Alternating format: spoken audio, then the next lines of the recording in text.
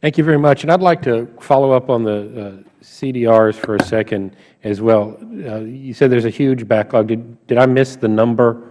Do we have the number that we need to be doing? Yes, Congressman. 1.3 million is what the backlog is right now. Okay, I just want to make sure I'd gotten that correctly. Now, Mr. O'Carroll, let me ask you this: so, as you go through the CDR, you're finding folks who have either gotten better, but I mean, how many of these are fraudulent claims to begin with that you're looking at? I mean, is the money better spent looking at it after the fact, or is the money better spent kicking up the initial evaluation?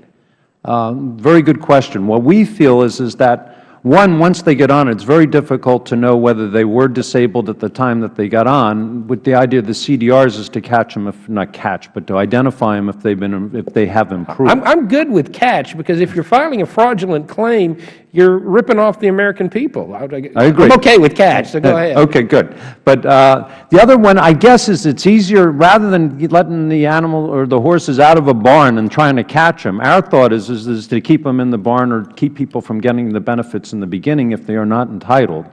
And that's one of the reasons why we try to have our cooperative disability units, where if a person comes in purporting to have a disability on it, and the disability examiners find that this doesn't really, track correctly on it, they refer it to this unit, and then this unit will be taking a look at either a couple things. One is the different types of records out there. So, for example, if a person's coming in saying that they're extremely sight impaired, and we take a look and we'll run information on motor vehicles and find out they have a commercial driver's license, I guess that's what we'd call a clue. Right. Other ones that we look at is also, it's sort of interesting, is we're now going to social media, where a person comes in and says that they're incapable of, of walking or being in crowds, and we take a look at their Facebook page, and it shows them in a band or a social group that's out there working all the time, or we have pictures of them doing other things. Let's get back to the fraud in general. We talked about going and getting the money paid back and getting fines.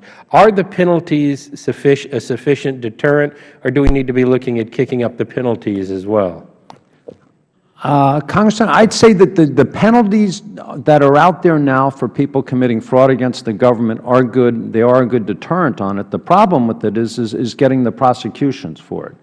In our cases, what we're finding is it's very difficult to be able to show that much of a loss to government that a U.S. Attorney's Office would be interested in putting into all the resources that could take a person to trial. And what about penalties for enablers that would be doctors or lawyers that continue to prosecute or authorize or document these claims?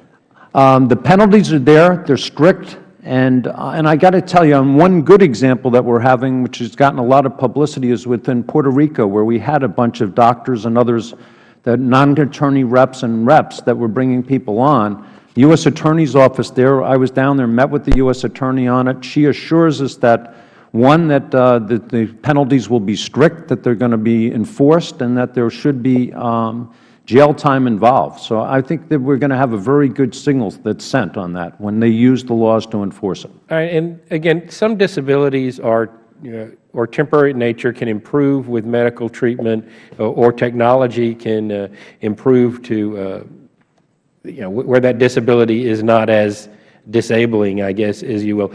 Do you think there are adequate incentives within the system for a person to work whatever program, say their physical therapist gives them, or to continue treatment for whatever mental disorder? Or is there a sense, well, I'm on this for good, I don't have to work it, I'm getting a check in the mail?